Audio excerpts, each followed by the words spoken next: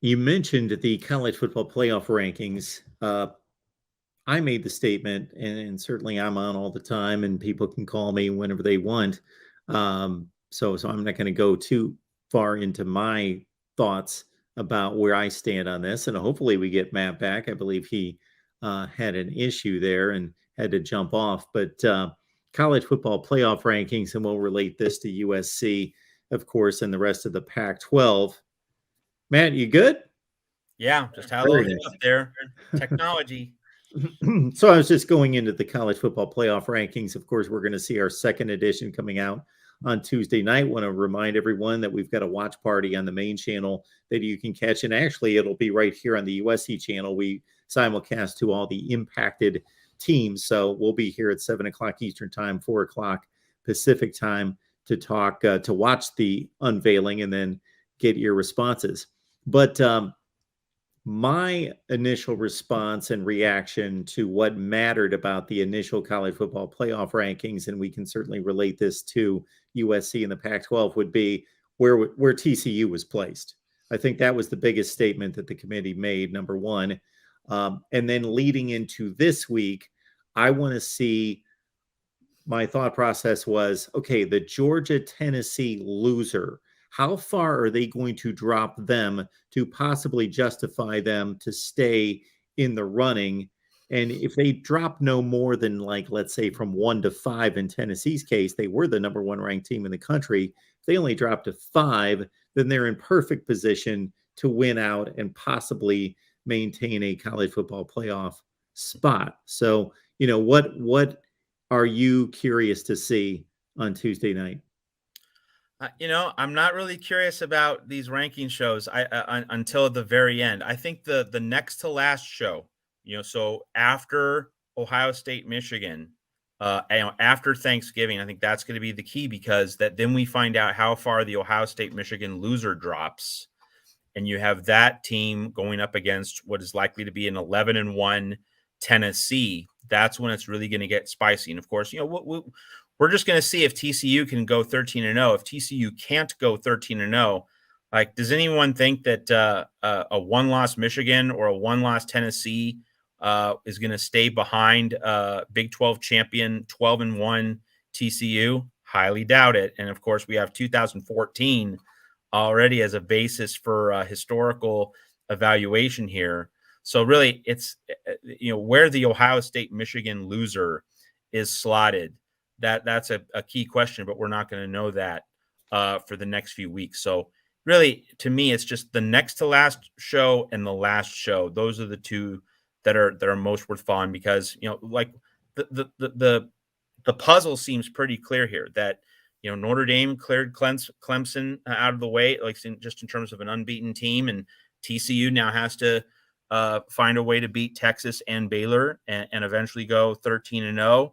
I think most people would say TCU is unlikely to do that, because it's crazy about TCU. Like, this team has earned its place and made 2 comebacks of 17 points or more, but still, the opposing team's quarterback gets hurt in basically every game TCU plays. I've never seen anything like it. That just the frogs aren't plagued; they are visiting the plague. A little book of Exodus here on the Voice of College Football. TCU's opponents just get plagued every week. It is just absolutely insane. So you'd have to think that TCU's luck is going to eventually run out, either against Texas or Baylor. And by the way, I wrote about this at Trojans Wire. We have the exquisite scenario this week. Steve Sarkisian could help USC make the college football playoff. Now, what a bowl of cherries that is, that Sark could ride to USC's rescue if Texas can beat TCU. You just can't make that stuff up. But anyway, like, TCU has the chance to get in, but probably isn't likely to get in. And if that's the case, I think it's really pretty clear in terms of 3 spots. Georgia and Tennessee, SEC gets 2, and then the Ohio State Michigan winner. And then the 4th spot is really going to be between the Ohio State Michigan loser and the Pac-12 champion, with Dabo and Clemson might get in just because of TV clout. I think that the Clemson's profile is so much weaker now because of Wake and Syracuse both struggling, that like Clemson's resume has taken on a lot of water. So just in terms of merit, I think Clemson's well below. But in terms of the television side and the fact that ESPN's still calling the shots with this, you can't fully discount Clemson. But really, for the fourth spot, it's the Ohio State-Michigan loser against, this is assuming TCU loses. It's the Ohio State-Michigan loser against a 12-1 Pac-12 champion. I think that's going to be the real. We're going to wind up with that being the ultimate debate for the fourth spot in the playoff. Meaning we could have two non-champions make the field, possibly. That's right. And we've had non-champions before, so I don't believe we've had two. No, I'm not sure about two, but like Sure. I mean, it wouldn't shock me, like because of the brand names and because of the alignments of the teams. And I do believe here's the thing, Mark. Here's the thing, Mark, in terms of how we could get the Ohio State-Michigan loser into the field, even against a 12-1 Pac-12 champion. It's if Oregon is the Pac-12 champion, right? Because if Oregon is the 12-1 Pac-12 champion, and that's the best alternative to 11-1 Michigan, let's say if Michigan loses to Ohio State, it's between 11-1 Michigan and 12-1 Oregon for the fourth spot. If Georgia is the number one seed, the committee would have to at least wrestle with the idea of, do we want Oregon, Georgia part 2? And the alternative could be Georgia, Michigan, which, okay, we had that last year, but of course you don't have, the two teams didn't play this year. And so I could certainly envision 11-1 Michigan being taken over 12-1 Oregon, just because we already saw Oregon and Georgia. So that is the thing that Oregon fans and also Pac-12 fans need to brace for in terms of how the committee might operate. Because I don't think you can put Oregon. I don't think you can see. Well, even if you did seed Oregon third for TV purposes, then you have Georgia against Tennessee in a rematch. So, like, if you were to choose between a Georgia-Tennessee rematch and a Georgia-Oregon rematch, you'd take Oregon because it's not a conference rematch. So it could get really tangled if Oregon is the Pac-12 champion. There will be some real discussions about who should be the number 4 seed. And boy, it could get really sticky if LSU would run the table and win the SEC. It would.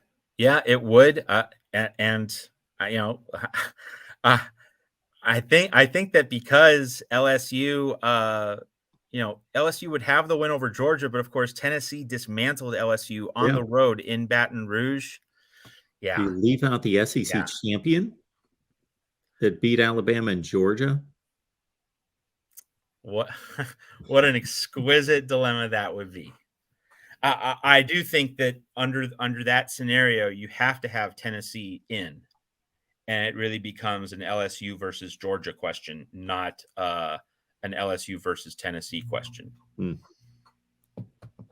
Like that score of that game was 40-13, if I'm not mistaken. Yes. Like you can't have Tennessee out. You can't under that scenario. It would be LSU or Georgia. That would be the choice. And then if Georgia is 12-1 because they lost the SEC championship game, you can't leave them out because they dismantled Tennessee. That would be the thing to wrestle with. And it really could be that you leave the SEC champion LSU out, and 2 other teams are kept in. Holy moly! But that's college football for you. Like it is. This sport has a way of always tossing out a new scenario that no one imagined or accounted for, and that is why, Mark. And we talked about this in the past. That is why the 2014 playoff. Say whatever else you want about it. It should have said, this is the number 1 priority. This is the number 2 priority. This is the number 3. If we had that, you avoid a lot of the ambiguity. But of course, ESPN wants these Tuesday shows to be filled with drama, spice it up, get people arguing about everything, get people mad. That's been the business model. That's the path ESPN chose. Here we are. Oh, Dale, Oregon is not losing this weekend to Washington. Like you saw the Washington-Oregon State game, right? That was not a very well played game. Both teams were tripping over their shoelaces for most of that game. And of course, Washington turns into a pumpkin away from Seattle Oregon, huge. Oregon, huge.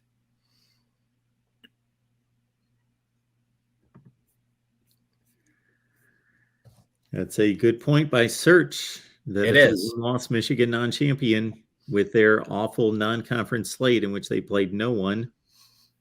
And then Oregon obviously gets penalized for playing Georgia. Yep. I'm not saying Michigan should be elevated. Let me make myself clear, but I do think the committee is going to give a lot of consideration to Michigan. So what should be and what will be, two different things. All right. I am not recommending that the committee take Michigan over Oregon if we get to that scenario. And then I don't know who is necessarily the stronger candidate as a non-champion, Michigan or Ohio State, because Ohio State has the better non-conference win, of course, over Notre Dame that's gaining some weight. Yeah, but the Notre Dame win looks better now. Yep. Yeah, but Michigan will have lost that game against Ohio State on the road.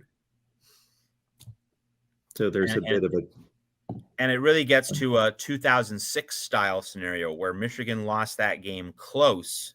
And so there was a lot of sentiment in favor of an Ohio State Michigan rematch in Glendale. Oh yeah, instead of Florida. So like it at least was a conversation. So if Michigan does lose to Ohio State, it needs to be close. It needs to look pretty good. There need to be style points. If we see a Ohio State boat race Michigan the way the last time in Columbus unfolded, then Michigan would be cooked pretty obviously. And if I'm not mistaken, Michigan was number 2 even after the loss against Ohio State in the AP poll, but they were jumped by Florida after they beat Arkansas in the SEC championship game. Yes.